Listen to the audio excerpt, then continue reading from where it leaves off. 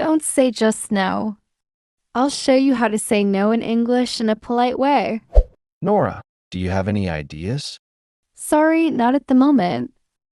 Hi, Nora. Can you help me move these boxes? Sorry, I'm in the middle of something. That's okay.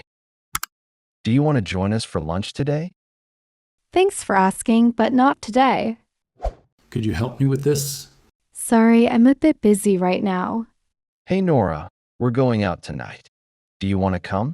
Thank you for inviting me, but I won't be able to join tonight. No worries. Maybe another time. Yes, that would be nice. Do you want to go hiking this weekend? It sounds fun, but I already have plans. Hi, Nora. Do you have a moment? Sorry, I can't talk right now. Can I call you later? Yes, call me later. Great. Talk to you soon.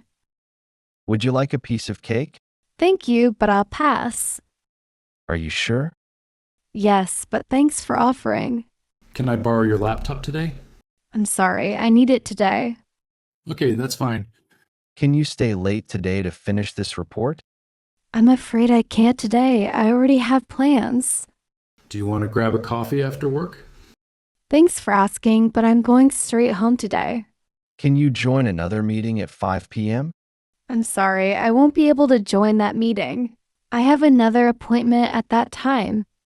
Can you give me a ride home today? Sorry, I can't today. I'm heading in a different direction.